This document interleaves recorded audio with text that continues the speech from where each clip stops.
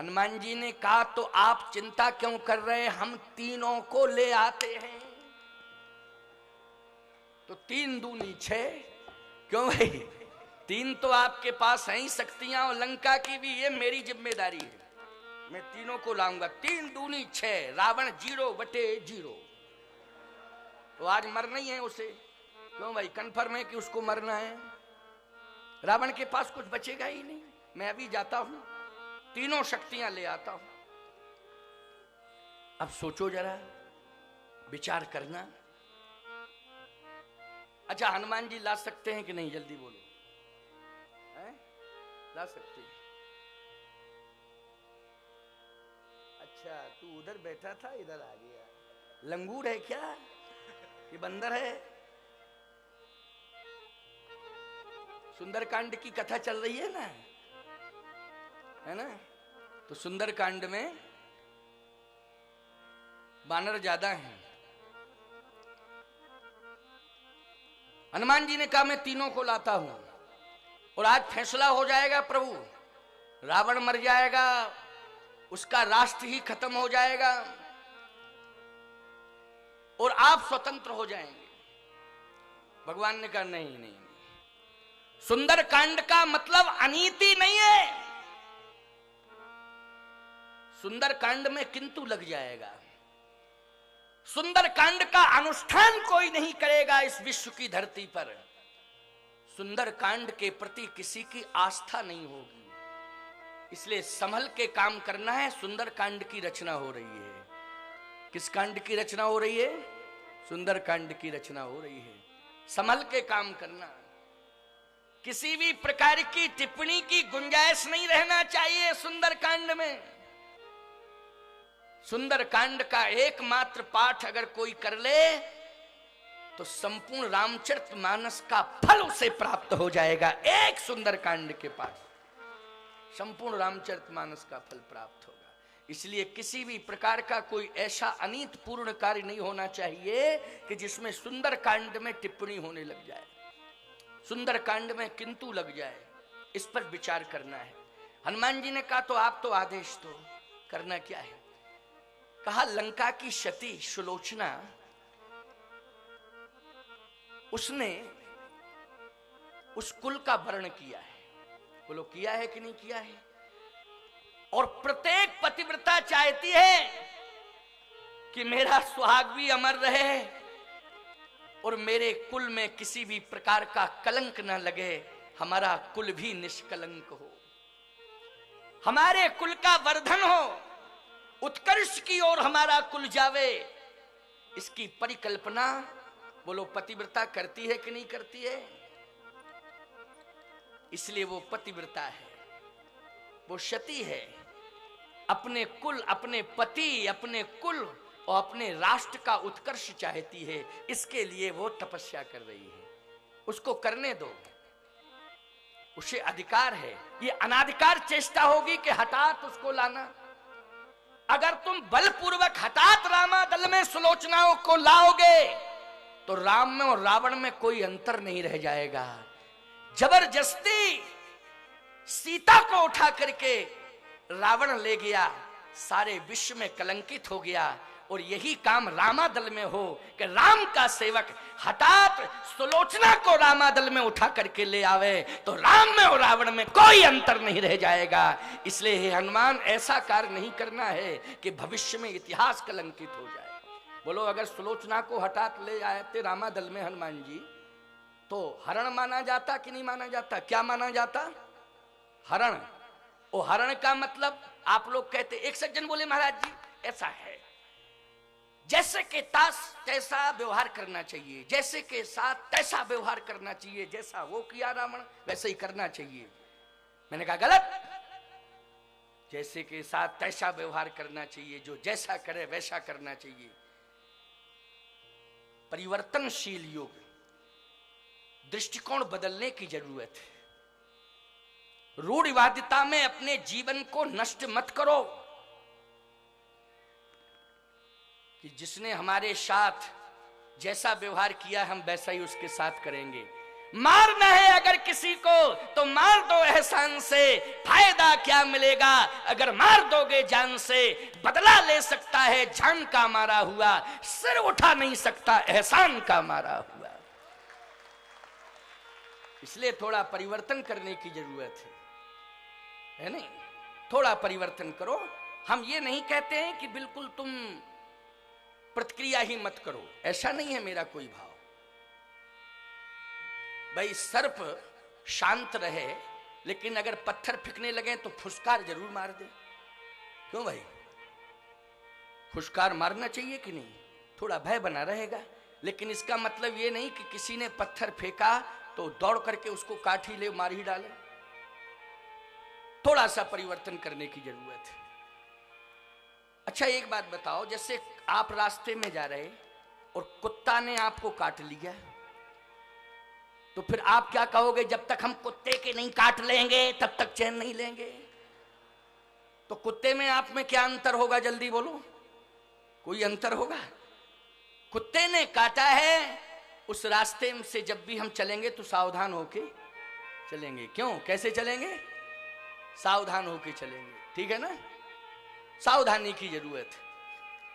भगवान ने कहा नहीं, सती को तपस्या करने दो, सुलोचना को टच करने की जरूरत नहीं है, वो पतिव्रता है, उसको अपने कुल के अंदर रहने दो, कुल की मर्यादा में ही रहने दो।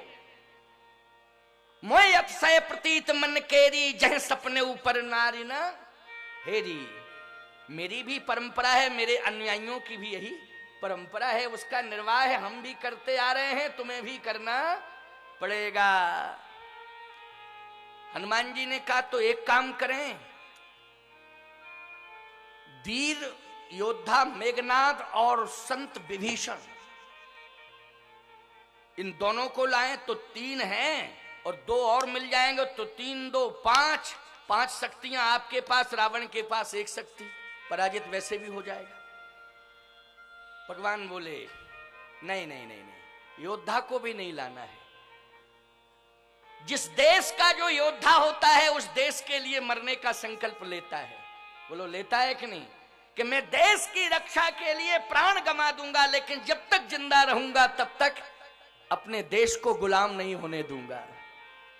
क्यों? यही सोचता है सैनिक की नहीं सोचता है कि देश को गुलाम नहीं होने दूंगा, देश की रक्षा में प्राण भी गंवा दूंगा, लेकिन देश की अस्मिता को सुरक्षित रखूंगा। प्रत्येक देश का सैनिक, अरे पाकिस्तान का सैनिक भी तो यही सोचता होगा।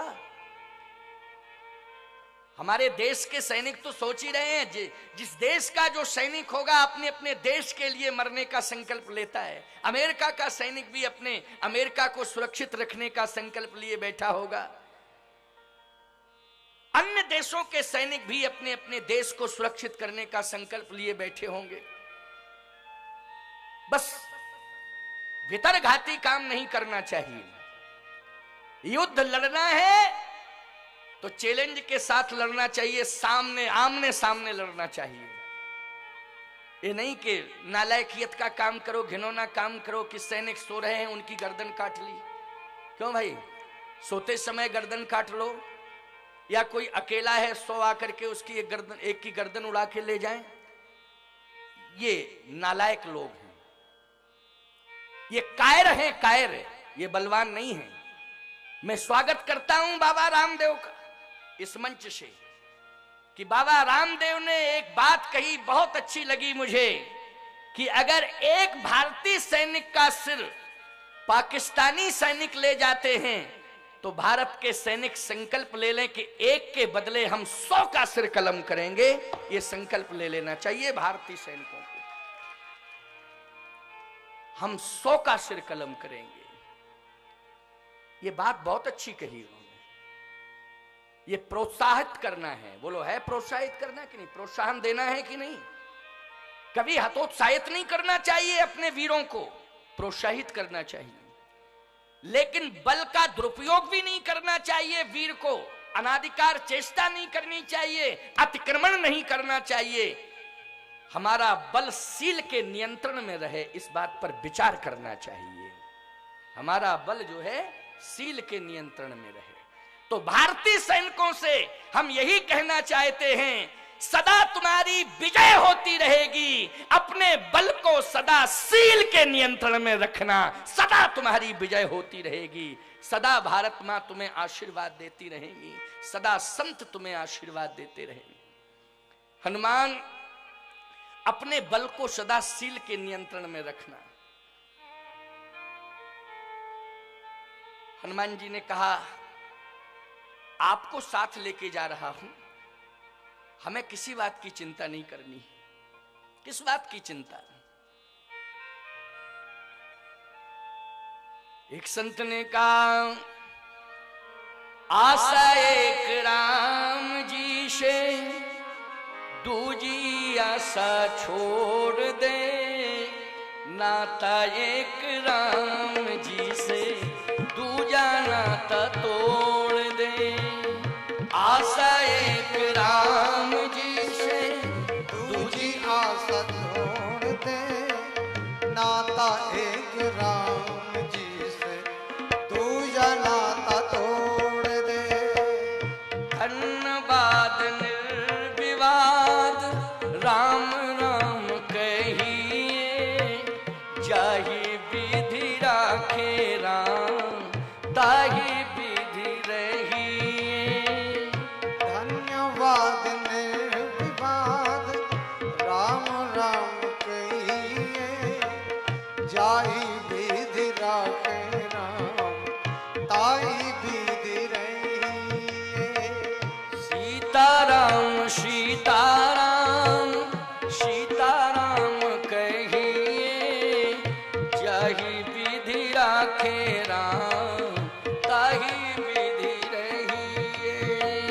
सीताराम सीताराम सीताराम कहिए, जाहि विधि राखे राम, ताहि विधि रहिए।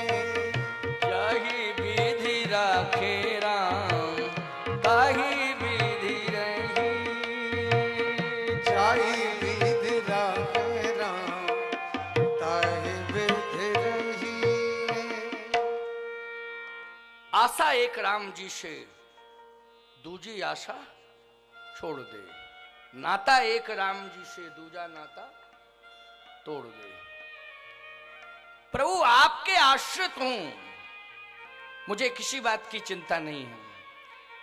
भगवान ने कहा, तो एक काम करना, लंका के वीर से तुम्हें कोई लेना देना नहीं है। जब युद्ध होगा, उस वीर को युद्ध के मैदान में चैलेंज किया जाएगा। उसको बंदी बना के नहीं लाना है, अथवा किसी दबाव में लेकर के नहीं लाना है।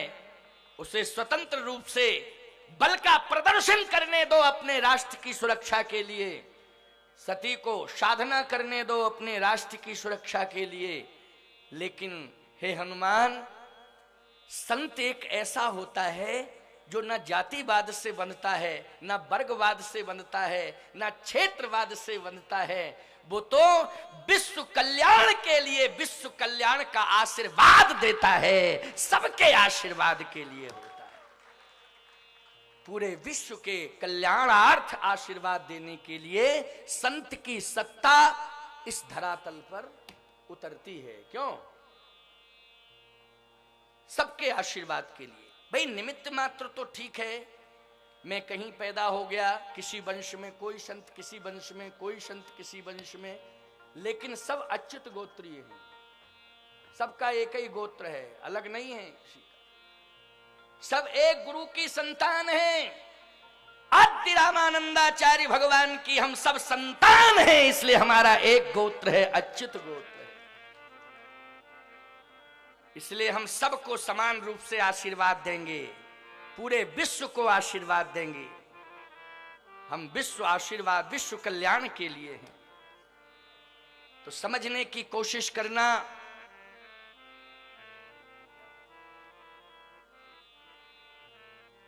कि आज हनुमान जी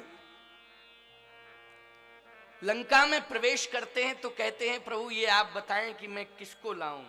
कहे संत स्वतंत्र होता है, चाहे लंका का संत हो, चाहे भारत का संत हो, चाहे अन्य किसी देश का संत हो। ईमानदारी से बताओ, जहां श्रद्धा मिलेगी वहीं संत खिंचा चला जाएगा कि नहीं? किसके बल पर? श्रद्धा के बल पर। इसलिए श्रद्धा के बल पर, श्रद्धा होनी चाहिए। मैं कहता हूं, भले ही यज्ञ की वेदी पर इस विशाल अतिरुद्र महायज्ञ 1111 कुंडात्मक ये रुद्र यज्ञ, इसमें एक विशेष रघुवंशी समाज के यजमान सपत्नीक बैठे हुए हैं। यज्ञ मंडप में भले ही यजमान सपत्नीक बैठे हों, एक ही वंश के, एक ही जाति के। अरे भाई, अयोध्या में जब यज्ञ हुआ था, पुत्रेष्टि यज्ञ, तो ईमानदारी से बताओ, रघुवंश के ही तो राजा रानी थे जिन्होंने समर्पण किया था। बोलो, किया था कि नहीं? लेकिन यज्ञ की परिणति अयोध्या में केवल एकमात्र रघुवंश के कल्याण के लिए नहीं, प्रभु श्री राम यज्ञ से प्रकट हुए रघुवंश में, लेकिन विश्व कल्याण के लिए प्रभु श्री राम ने संकल्प ले लिया था।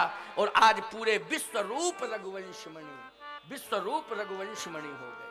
पूरे विश्व का कल्याण किया कि नहीं किया?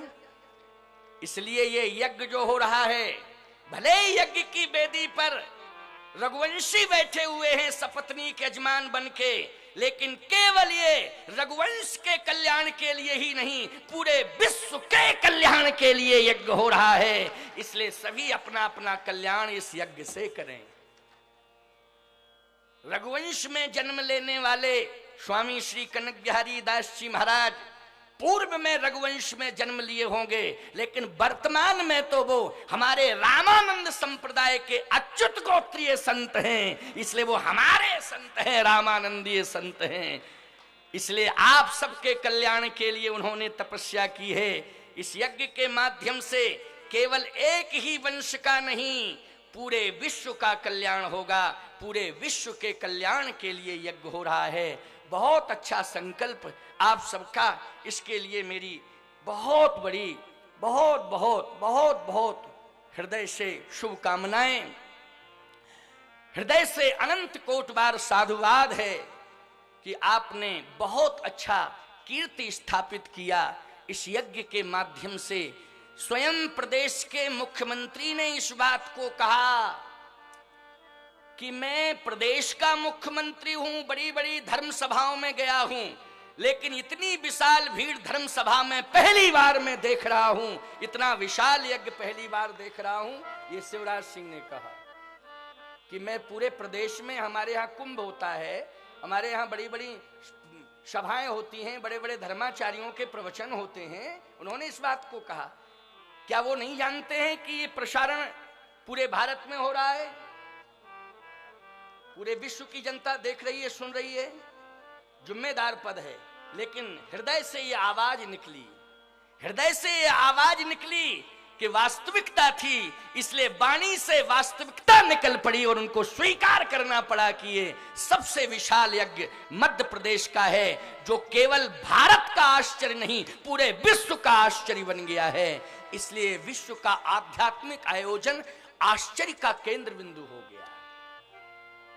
किसी भी प्रकार की कहीं कोई 9 दिन के 8 दिन कंप्लीट, 9 दिन हो गए हैं, बल्कि क्यों भाई 9 दिन है, 9वां दिन है, कलश यात्रा के शायद 9वां दिन है ना, 10वां दिन है, 10वां कथा का 9वां दिन है, राम कथा का 9वां दिन है, लेकिन यज्ञ का 10वां दिन है। 11वें दिन पूर्णाहुति कल होगी। ईमानदारी से बताओ, पवन का वेग चला, झकोरे आए, बौछारें आई, लेकिन किसी भी प्रकार की कोई घटना घटी, जरा बता दो। प्रारंभ से लेकर के, कलश यात्रा से लेकर के अभी तक निर्विघ्न संपन्न हुआ और होता आ रहा है कि नहीं? और मैं दावे के साथ कहता हूं कि मैं तो आज चला जाऊंगा, मेरी मजबूरी है, कल मुझे दूसरी जगह पर कथा कहनी है, लेकिन मैं हृदय से आशीर्वाद आप सबको साधुवाद देके जा रहा हूं कि आपकी मेहनत सार्थक सिद्ध होगी और कल पूर्णाहुति विशाल भंडारा सानंद संपन्न होगा, निर्विघ्न संपन्न होगा। ये हृदय की आवाज है मेरी। इसलिए सच्चे मन से, समर्पित भाव से तुमने यज्ञ किया है, तुम्हारा समर्पण रहा है। और यज्ञ की वेदी पर भले ही रघुवंशी सपत्नीक बैठे हों, लेकिन यज्ञ में दान करने का, समर्पण करने का अधिकार सभी जातियों को है, सभी वर्ग को है। इसलिए सभी अपना यज्ञ समझ करके सभी समर्थन करते रहे। और आपने मेरी आज्ञा का पालन भी किया था। मैंने कहा भंडारा चल रहा है, मुक्त हस्त से दान दो। आप लोगों ने जिस दिन से मैंने कहना शुरू किया, उसी दिन से लोगों ने 1-1 लाख, 50,000, 1 लाख, 2 लाख अनुदान देना शुरू कर दिया। आपने आज्ञा का पालन किया है, आपने एक संत की आज्ञा का पालन किया है, इसलिए आप सब साधुवाद के पात्र हैं, आशीर्वाद के पात्र हैं। आओ, भगवान ने कहा संत विभीषण भले ही लंका में पैदा हुए हैं, रावण के वंश में पैदा हुए हैं, लेकिन वो संत है। वो क्या है? संत हैं। अगर हनुमान स्वभाव से तुम उनको वश में कर लो तो विभीषण जैसा संत राम को प्राप्त हो जाएगा, और विभीषण जैसे संत के भजन के प्रभाव से राम को अवश्य ही विजय मिल जाएगी, इसमें जरा भी संदेह नहीं है। भजन के प्रभाव से विजय अवश्य मिलेगी। तो बोलो, किसकी खोज करने गए थे हनुमान जी लंका में? सीता जी की खोज करने गए थे कि संत की खोज? बोलो। मंदिर मंदिर प्रति कर शोधा, देखे जहां तहां अगणित जोधा। देखे जहां तहां अगणित जोधा। मंदिर मंदिर प्रति कर शोधा। मंदिर मंदिर, अच्छा बोलो भाई, मंदिर फिर मंदिर फिर मंदिर, ऐसे तो कई भाव विद्वानों ने कहे, और एक तो बहुत प्रचलित भाव है ना, हनुमान जी के पहुंचने से हनुमान मंदिर, हृदय में राम जी हैं सो राम मंदिर। ये तो बहुत प्रचलित भाव, बहुत फेमस भाव हो गए। परंतु एक ऐसी बात मैं आपको सुना दूं कि आपको बड़ी तसल्ली होगी सुन के। मंदिर मंदिर प्रति कर शोधा। लंका में इतने मंदिर के मंदिर फिर मंदिर फिर मंदिर। लंका काशी थी कि हरिद्वार कि अयोध्या? इतने मंदिर का वर्णन तो अयोध्या में नहीं हुआ, काशी के लिए नहीं हुआ, लंका के लिए मंदिर फिर मंदिर, मंदिर ही मंदिर। प्रतिकर शोधा। देखो, शोध मानी होता है खोज। शोध मानी क्या होता है? हाँ, शोध मानी खोज। मंदिर मंदिर। रावण को ये लंका विरासतन नहीं मिली थी, विरासतन नहीं मिली थी, ये भगवान शंकर की कृपा से मिली थी। मिली थी कि नहीं? ये भगवान शिव पार्वती के लिए लंका बनाई गई थी। ये सुंदर कंचन का नगर पार्वती जी की इच्छा से बार बार अनुरोध करने पर भगवान शंकर ने पार्वती के मन की इच्छा की पूर्ति करने के लिए इस नगर की रचना करने का आदेश दिया। एक सुंदर नगर तैयार किया जाए। नगर तैयार हो गया, गृह प्रवेश होना था। रावण को बुलाया गृह प्रवेश में। ऐसा सुनते हैं, सुनते क्या है, होगा ही, बुलाया ही होगा। क्यों बुलाया था राम मनोहर दास जी? इन्होंने कह दिया बुलाया तो फिर ठीक है, बुलाया था, है ना, बुलाया। लेकिन संकल्प हुआ तो उसने संकल्प में लंका ही मांग ली। और भोले बाबा ऐसे हैं कि उन्होंने कहा, एब मस्त पार्वती मुकद्दर में कंचन भवन लिखा ही नहीं है, चलो मैदान में रहें। इसलिए कैलाश के शिखर पर ही जिंदगी भर वास करना है। और ज्यादा तुम्हारी इच्छा कभी कभी हुआ करे कि टूर करना है तो इस स्मशान पे ले चलेंगे। तो शंकर जी का दूसरा स्थान श्मशान। क्यों? कैलाश और श्मशान। फिर तो कहीं भी जाते हैं, भ्रमण करते हैं, पूरे विश्व का भ्रमण करते हैं, विश्वनाथ हैं। परंतु ये विरासतन लंका का अधिकार नहीं मिला था रावण को। ये तो भगवान शंकर की कृपा के परिणाम स्वरूप लंका उसे प्राप्त हुई। अब बताओ, शंकर जी के लिए लंका तैयार की गई, तो शंकर जी के लिए जब नगर तैयार किया गया होगा तो आर्किटेक्ट ने जगह जगह मंदिर बनाए होंगे कि नहीं बनाए होंगे? बोलो जल्दी। कि शंकर जी के लिए मैं कहता हूं काशी से भी सुंदर लंका की रचना की जा रही थी और वहां निवास करना ही चाहते थे। काशी तो मजबूरी में रहे, फिर काशी में क्या करें, रहना चाहते थे समुद्र के किनारे, फिर गंगा के किनारे रहने को मिला। काशी किसके किनारे है? गंगा के किनारे रहना चाहते थे, समुद्र के किनारे। समुद्र किस किनारे और लंका किसके किनारे है? लंका किसके किनारे है? हाँ ठीक ठीक ठीक, बहुत बढ़िया बात, समुद्र के किनारे। और काशी किसके किनारे पर बसी है? गंगा जी के किनारे। काशी में रहना पड़ा। भगवान शिव के लिए यत्र तत्र सर्वत्र मंदिर प्रतिष्ठापित किए गए थे, इसलिए पूरे नगर में मंदिर ही मंदिर बनाए गए थे। भगवान शिव की भावना का आदर करने के लिए लंका की संरचना हुई थी। लेकिन आज रावण के अधिकार क्षेत्र में लंका आ गई, परंतु हनुमान जी ने कहा मंदिर तो बहुत हैं। अच्छा, साधु संत कहां मिलेंगे? जल्दी बोलो। साधु संत मंदिरों में ही मिलेंगे कि नहीं? जैसे आप चित्रकूट जाओ हमको खोजने के लिए, तो कहां जाओगे? रेस्टोरेंट में? मंदिर में जाओगे कि नहीं जाओगे? हम आपको मंदिर में मिलेंगे कि नहीं मिलेंगे? बोलो। मंदिर में ही मिलेंगे। कामदगिरि मंदिर में मिलेंगे, नहीं तो मंदाकिनी के किनारे कोई मंदिर होगा, उस मंदिर में मिलेंगे। मंदिर के अलावा कहीं नहीं मिल सकते हैं, मंदिर में ही मिलेंगे। भगवान मंदिर में रहते हैं, संत भी भगवान के पास जाते, संत भी मंदिर में मिलते। तो संत की तलाश करने के लिए हनुमान जी लंका का परिभ्रमण कर रहे हैं। तो मंदिर मंदिर प्रतिकर शोधा, लेकिन उन मंदिरों में मूर्तियां रो रही थीं और आतंकवादी सो रहे थे। विडंबना ये थी, आतंकवादी सो रहे थे और मूर्तियां रो रही थीं। अच्छा बोलो भाई, ये जितने भी बड़े बड़े मंदिर हैं उन पर बाहुबलियों की निगाह है कि नहीं? बाहुबलियों की निगाह है।